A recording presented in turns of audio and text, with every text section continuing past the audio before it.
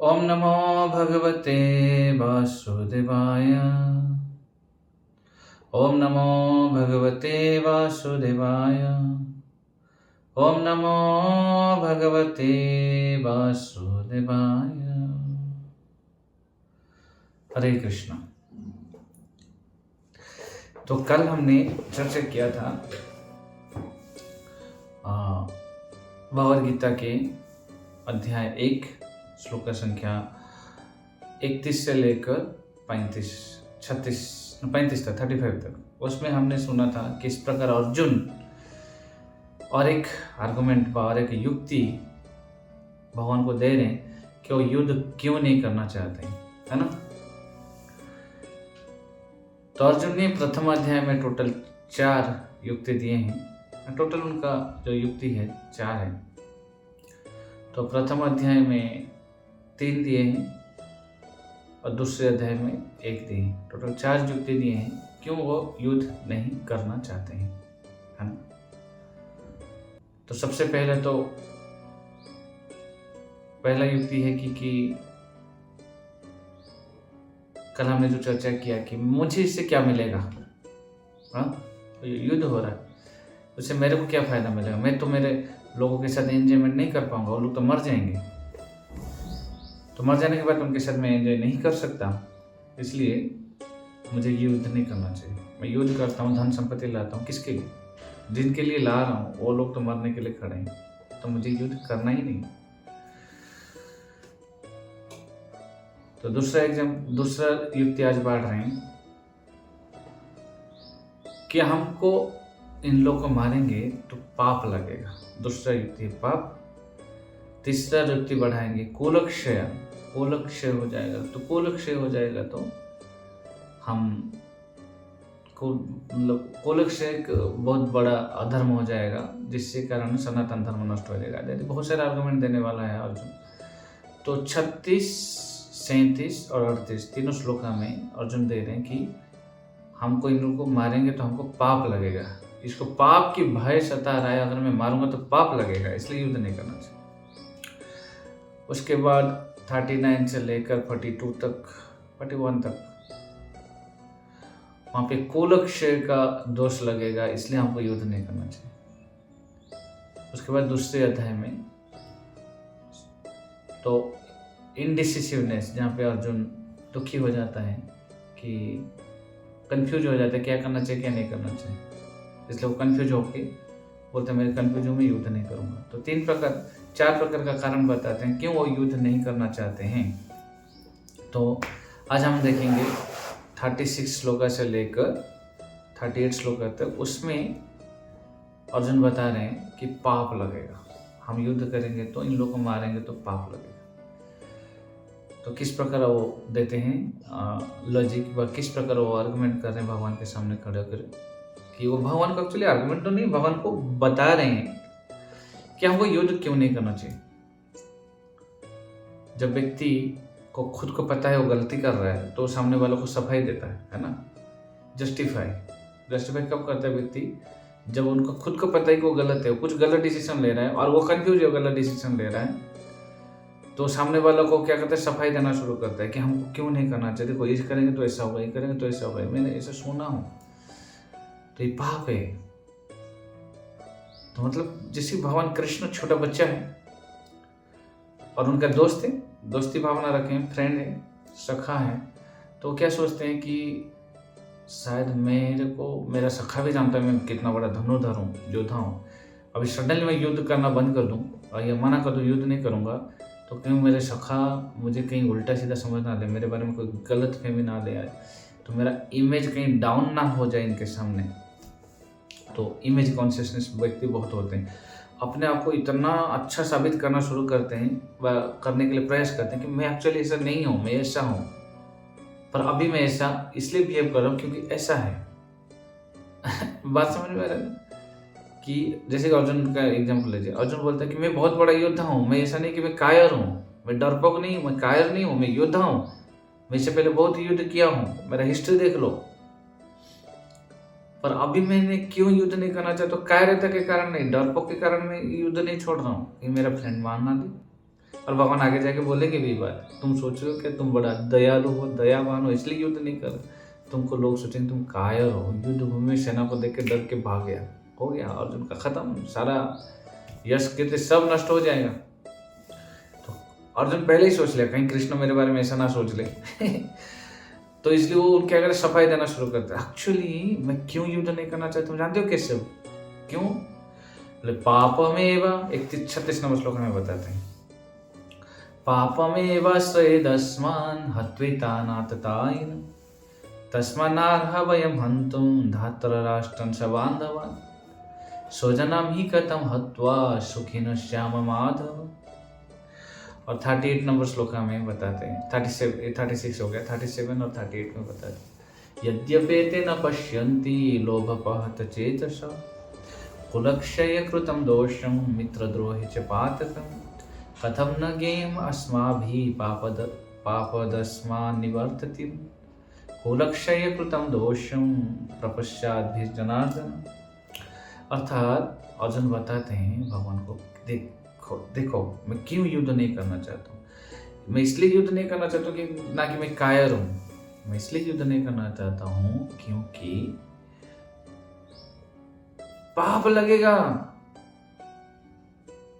अपने लोगों को मारने से पाप लगता है। कोई व्यक्ति अगर अपना घर का लोगों को मार दे, उसको बोलते क्या? कुलांगार। कुल में आग लगा के अंगार बना दे, कुलांगार है। कुल को नष्ट करने वाला है, कुल नष्टा बोलते। उसके वजह से पूरा कुल नष्ट हो गया। उसको एकदम, इवन की रावण भी विभीषण को गाली दिया, तुम कुल को नाश करने वाले हो। उनको भी पता है जो कुल को नाश करने वाला होता है वो अच्छा नहीं होता है। हिरण्यकशिपु प्रहलाद महाराज को गाली दी, तुम कुल को नाश करने वाले हो। तो अर्जुन बताते कुल को नाश करने वाला अच्छा नहीं होता है, वो तो महापातक ही होता है, पापी होता है, उसको नरक में भी जगह नहीं मिलता है। और आप क्या बताना चाहते हो, हम इतना बड़ा पाप करेंगे क्या? पापमेव स्वेदस्मान् हत्वितानाततायिन। ये आततायी लोग हैं। आततायी मतलब क्रिमिनल्स, जो आततायी होते आतंकवादी है ना, आतंकवादी आज की भाषा में। तो आततायी मतलब आतंकवादी, इनको जहां पे देखो वहीं मार दो, कोई पाप नहीं लगे, एक शास्त्र बोलता है। आततायी किसे कहते हैं, कौन कौन व्यक्ति को आततायी कहते हैं, इसका वर्णन शास्त्र में दिया गया है कि 6 प्रकार कार्य करने वाला व्यक्ति को आततायी बोलते हैं। क्या क्या बोलते हैं? आततायी। सबसे पहले जो दूसरे को अगर जहर दे के मारने के लिए प्रयास करता है, वो एक आततायी। मतलब आपको खाना खाने के लिए बुलाएंगे और खाने में जहर घोल के दे देंगे। आप बेचारे के इनोसेंटली आए, खाना खा ली और मर गए, तो उसने जो षड्यंत्र करके मारा, इसलिए वो आततायी है। ऐसा व्यक्ति को अगर छोड़ दिया, वो और 10-15 लोगों को भी मार देगा ऐसे, क्योंकि उसका आदत हो गया। एक बार व्यक्ति बुरा कर्म करता है तो बुरा कर्म का आदत बन जाता है, इसलिए उसको तुरंत पनिशमेंट मिलने से वो बुरा कर्म नहीं करेगा। उसको स्टॉप करना चाहिए, नहीं तो 50 लोगों को मार देगा।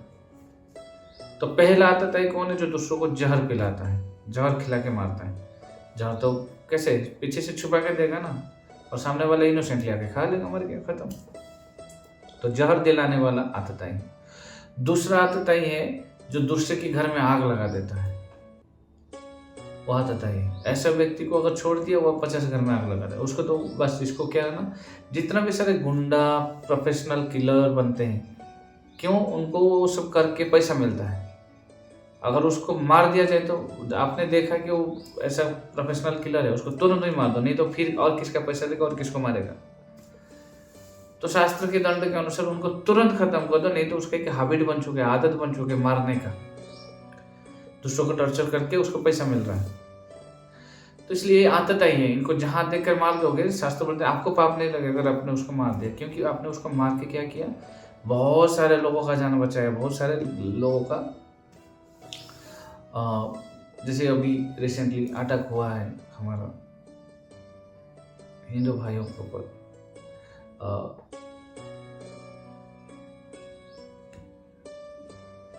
कश्मीर में, तो आततायी है, अननेसेसरी। बड़े इनोसेंट बच्चे, इनोसेंट लोग गए थे घूमने के लिए अपना टूरिस्ट में, अपन को मार दिया। क्या बिना रीजन का मार रहा है, बिना कारण का मार रहा है, ऐसा आततायी है। इन लोगों को देखते ही अगर आप मार दोगे कोई पाप नहीं लाओ, कोई भी देश उनको सपोर्ट नहीं करने वाला है। क्यों सपोर्ट करेगा? आतताई है, आतंकवादी है, तो वो आतंक फैला रहे हैं। तो ऐसे लोग से लोग भयभीत होते हैं। सारा पब्लिक को क्या करना चाहिए? पब्लिक को बचाने के लिए, पब्लिक को सुखी रखने के लिए, प्रजा को सुखी रखने के लिए आतताई को तुरंत मार देने के लिए शास्त्र बोलते हैं। तो उनको मारने से कोई पाप नहीं लगेगा, नहीं तो उनका छोड़ दिया तो और 10 लोगों को खेती करके चले जाए। सिमिलरली तीसरे कौन है?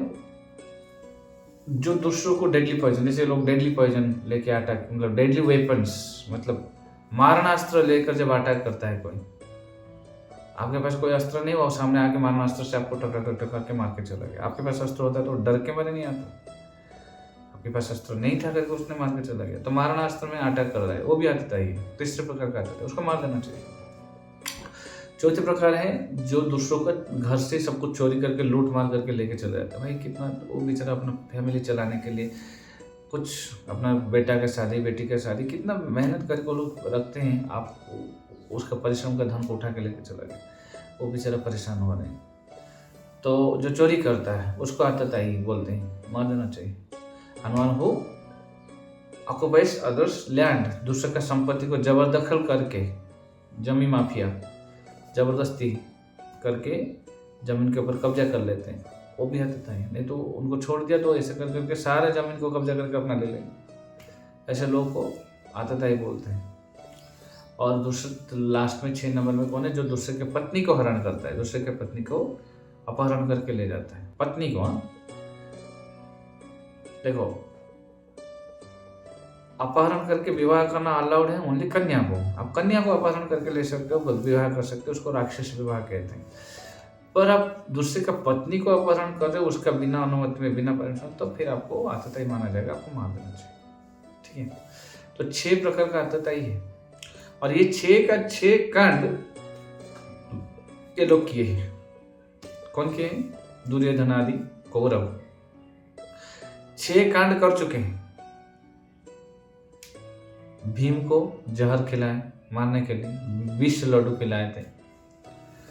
वारणावर्त में सारे पांडवों को घुसा के आग लगा दिए थे मारने के लिए, दूसरे प्रकार का आतताई। पासा खेल के उनका सारा संपत्ति हट लिए, तीसरे प्रकार का आतताई। और अभी मारने के लिए मारणास्त्र पकड़ करके खड़े हैं, चौथे प्रकार का आतताई। उनका पत्नी को निकल लेके उसका वस्त्र हरण कराए, पत्नी को, 5वां प्रकार आतताई। और उनका लैंड, संपत्ति तो ले लिए थे, है ना। और हाँ, उनका संपत्ति को जबरदस्ती अटैक करना, जबरदस्ती रखना, लास्ट में बिना युद्ध नहीं दूंगा, तो मतलब जबरदस्ती क्या, माफिया जैसा करके, नहीं ये जमीन मेरा, मैं नहीं दूंगा, है ना, कब्जा करके रखा है। तो 6 प्रकार का आतताई में इन लोगों का नाम आ ही गया है, कौरवों का। और अर्जुन को पता है ये लोग क्या है, आतताई है, तो इसलिए बोलते हैं पापमेवा दयेस अस्मन हत्वैतान आतताई। आतताई को मारेंगे तो हमको पाप लगेगा, मतलब टोटली गलत बात कर रहे हैं। क्योंकि शास्त्र बोलते हैं कि आतताई को देखकर मार दे, कोई भी मार दे पाप नहीं लगेगा, कोई भी मार दे उसको पाप नहीं लगेगा, ये शास्त्र का नियम है। और ये धनुर्धारी क्षत्रिय है, विद्या सीखा है गुरुकुल में, उसको पता है आतताई को कैसे दंड देना चाहिए। अभी वो खुद बोल रहे हैं हत्वैतान आतताई ना, ये यद्यपि आतताई है, उनको हत्वैतान, अगर हत्या करेंगे पापमेवा दयेस, हमको पाप लगेगा। तो ये बात से क्लियरली पता चलता है अर्जुन को पता है वो लोग आतताई है, पर अर्जुन अपना आसक्ति के कारण मार नहीं पा रहे। और क्यों अर्जुन मार नहीं पा रहे हैं? तो भगवान को क्या बोल रहे हैं, मैं इसलिए नहीं मार पा रहा हूँ, यद्यपि वो आतताई है पर वो मेरे रिलेटिव है, वो मेरे रिलेटिव से, और रिलेटिव होने के नाते कुल है, और कुल के लोग होने के नाते अपना कुल का नाश करने से पाप लगता है। इसलिए यद्यपि आतताई है, इनको मारने से पाप लगेगा। ये अर्जुन का लॉजिक है और बढ़िया लॉजिक है। पर वो दूसरा चीज बोल जाते हैं कि आतताई किसी का नहीं होते, ना कुल का ना घर का। आतताई मतलब आतताई है, आतंकवादी, उसका कोई ना मजहब होता है, ना कोई धर्म होता है, ना कोई कुल होता है, वो किसी को नहीं मानते, उनका दिमाग खराब हो चुका है, उनको मार देना चाहिए। और अर्जुन बोलते नहीं नहीं नहीं, यहाँ तक बात हुआ तो क्या हुआ, मेरा है। तो जो मेरा भावना है, तस्मा नाह वयम हंतुम धात्र राष्ट्र, ये धात्र राष्ट्र के जो बंधु बांधव आए हैं उनको हमने इसलिए नहीं मानना चाहिए कि स्वजनम ही कथम हत्वा सुखिन श्याम माधव। अपने स्वजन को मारकर कौन सुखी, कौन सी सुख मिलेगा? कोई सुखी हुआ है स्वजन को मार के? यदि वो आता था ये पर स्वजन है ना। इवन कि मिलिट्री में ज्वाइन करने वाला आर्मी को भी सिखाया जाता है, अगर आपका घर का भी व्यक्ति आतंकवादी बन जाए उसको मार देना चाहिए। आप शपथ लिया देश का सुरक्षा के लिए, उन लोग को मार देना चाहिए, क्योंकि देश की कीड़ा है, खत्म कर देंगे, नष्ट करना है उसको, नहीं तो सब लोग को परेशान करेंगे। ये आपका धर्म है, आपका ड्यूटी, आपका रेस्पॉन्सिबिलिटी है। और रेस्पॉन्सिबिलिटी के कारण अर्जुन अभी अपने लोगों को मार नहीं पा रहे। बोले सोजन अमी कथम हत्वा सुखिन श्याम, वो सोजन है, यद्यपि आता था पर मेरे हैं। सोजन अपना जन है। अभी तुम्हारा जन आता था हुआ तो उनको छोड़ दोगे? छोड़ दिया तो समाज का अमंगल करे। तुम संभालो, उनको कंट्रोल करके रखो।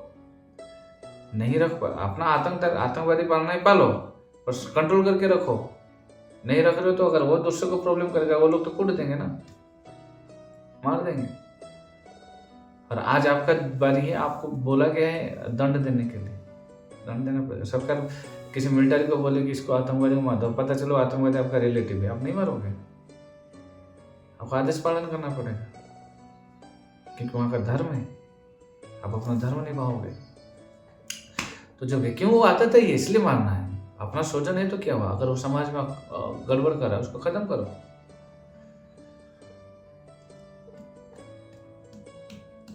तो वो भगवान को आर्गुमेंट देने लग गया कि यद्यपि आता था ये पर मेरा स्वजन है, स्वजन को मारने से कौन से सुख मिलेगा। तो नेक्स्ट श्लोक में बताते हैं यद्यपि न पश्यन्ति लोभ बहुत चेतस, यद्यपि लोग लोभी है, यद राज्य सुख लोभ है ना, है ना। कुलक्षय कृतम दोषम मित्र द्वैच पातकम, यद्यपि वो लोग राज्य सुख के लोभ से यहाँ आए हैं, ये लोभ उनको इतना ग्रास कर लिया, इतना कवर कर दिया है उनका मति को, उनका बुद्धि को, कि ये लोग नहीं देख पा रहे हैं कि कुलक्षय कृतम दोषम, कुलक्षय का जो दोष लगेगा इन लोगों को दिखाई नहीं दे रहा है क्या। अर्जुन ऐसे सोच रहे हैं कि ये लोग भी कैसे हैं, कुलक्षय करने के लिए आगे, इन लोगों को ये नहीं पता है क्या कुलक्षय करने से पाप लगता है, दोष लगता है। ये लोग इतना नीचे हो गए क्या, इनको ये बुद्धि तक नहीं है कि हमारा कुलक्षय हो जाएगा तो हमको पाप लगेगा, हम नरक में वास करेंगे। पर इन लोग इतना विद्वान है, ज्ञानी है, फिर भी इन लोग के मन में क्यों ये भावना नहीं आ रही? ओह, इसलिए नहीं आ रहा है क्या, राज्य की लोभ इनको ज्यादा कवर कर लिया है क्या। यद्यपि ते न पश्यन्ते, यद्यपि ये लोग देख नहीं पा रहे हैं, यद्यपि वो लोग नहीं देख पा रहे हैं, अर्जुन के भगवान को बोल रहे हैं प्रभु, यद्यपि वो लोग नहीं देख पा रहे हैं, क्या नहीं देख पा रहे हैं कि यद राज ना कुलक्षय कृतम दोषम, कुलक्षय का दोष को नहीं देख पा रहे। मित्र द्रोह च पातकम, मित्र के प्रति द्रोह करने से ये जो पाप होता है, मित्रों को मारने से, कुलों को मारने से जो पाप होता है, ये वो लोग देख नहीं पा रहे। क्यों नहीं देख पा रहे? लोभ बहुत अच्छे तथा, लोभ से वशीभूत होने के कारण, राज्य के लोभ से वशीभूत होने के कारण यद्यपि वो लोग नहीं देख पा रहे हैं, कथम न ज्ञेय अस्मा भी पापदस्मा निवर्तितुम, पर हम लोग तो ज्ञानी है ना, वो जैसे हैं तो क्या हम ऐसे बने? हम लोग ज्ञानी है, हम लोग को पता है कि ये पाप है, ये अधर्म है, तो हम जानबूझकर वो पाप करेंगे? ये सही है क्या? हम लोग तो बुद्धिमान है ना, हम लोग विद्वान, भगवान को बता रहे हैं अर्जुन, ये बात भगवान को बता रहे हैं। हम तो विद्वान है ना, हम तो बुद्धिमान है ना, हम तो जानते हैं ना ये पाप है, हमको पता तो है ना। अब पाप पता होने के बाद भी कैसे कर सकते हैं? इसीलिए कुलक्षय कृतम दोषम प्रपश्याद भी जनार्दन, हमको ये कुलक्षय जो दोष है, हम ये कुलों को नष्ट करने का काम नहीं करेंगे। क्या मिलेगा? यद राज्य सुख लोग है ना, हम तुम उन लोग का हत्या करने की क्या जरूरत है? हम लोग हत्या करेंगे नहीं, हम लोग युद्ध करेंगे नहीं, क्योंकि हम बुद्धिमान हैं। हम क्या है? बुद्धिमान है। अर्जुन ऐसे सोच रहे, अर्जुन अपने को बड़ा बुद्धिमान मान लिया है। देखो कितना बढ़िया बढ़िया लॉजिक दे रहे। मैंने शास्त्रों में सुना कुलक्षय होने से पाप होता है, आप बोलते हो हाथ आतताई है और शास्त्र बोलते हैं आतताई को मार देने से चलेगा, पर शास्त्र ये भी तो बोलता है कि कुल नष्ट करने से आपको पाप लगेगा। इसका आंसर भी भगवान बहुत सुंदर देंगे, इस जितना लॉजिक दे रहे हैं बढ़िया आंसर। वहां पे भगवान बोलते हैं कि कोई पाप नहीं लगेगा महर्षि था। एक बढ़िया श्लोक बताएंगे, है ना, कि तुमको कोई पाप नहीं लगेगा, वो गारंटी मेरा है।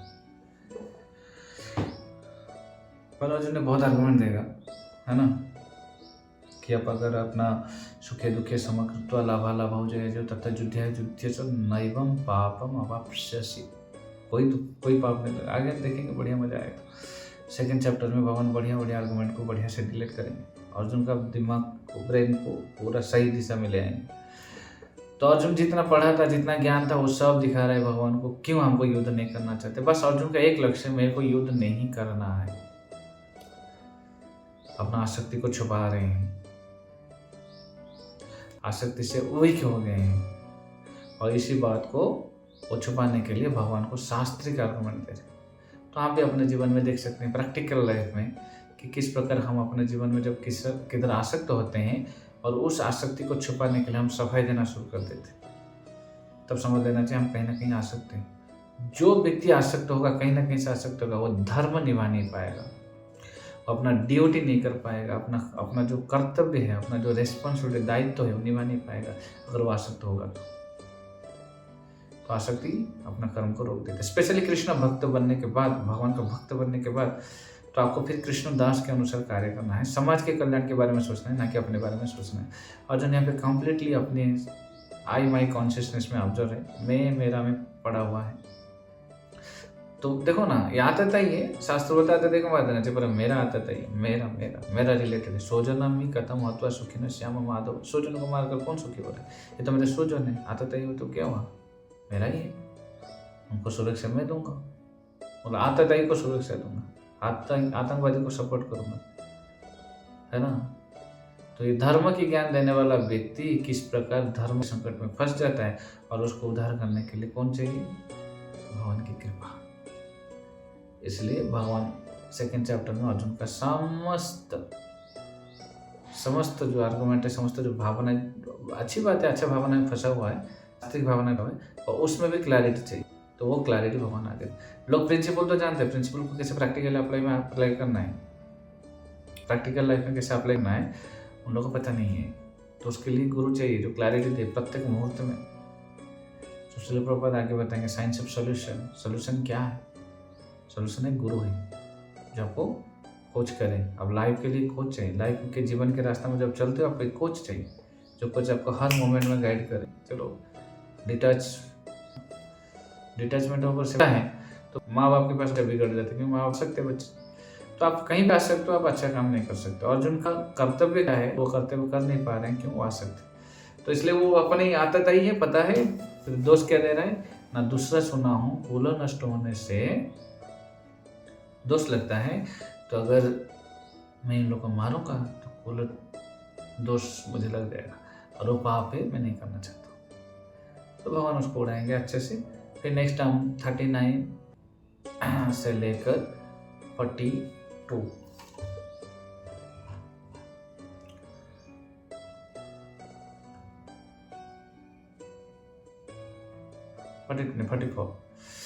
39 से लेकर 44, इसमें अर्जुन ने जो आर्गुमेंट दिए हैं, कुल क्षय होने से क्या क्या प्रॉब्लम होता है, इसके बारे में हम थोड़ा सा डिटेल चर्चा करेंगे, क्योंकि हमारा आजकल के जो फैमिलीज हैं वो इस बात से कोई ज्ञान नहीं है कि कुल क्षय क्या होता है, कुल का प्रोटेक्शन कैसे किया जाता है, सनातन धर्म को कैसे प्रोटेक्शन किया जाता है, कुल धर्म क्या होता है, और घर में एक गाइडेंस या मुरब्बी की क्या ज़रूरत है, और वो जो घर का जो गार्जियन होते हैं वो कितना क्वालिफाइड होना चाहिए, इसके बारे में हम चर्चा करेंगे। पिंडदान के बारे में चर्चा करेंगे थोड़ा बहुत डिटेल्स में, ताकि हम उस पॉइंट को समझ पाएंगे अर्जुन एक्चुअली शास्त्र का कौन सी पोर्शन के बारे में बात कर रहे हैं। उसके बाद हम भगवद गीता का भक्ति पोर्शन में प्रवेश करेंगे, सेकंड चैप्टर जो गीता की सार है। जय जगत गुरु श्रील प्रभुपाद की जय, आनंद कोटि वैष्णव भक्त वृंद की जय, निताय गौर प्रेमानंदे, हरि हरि बोल।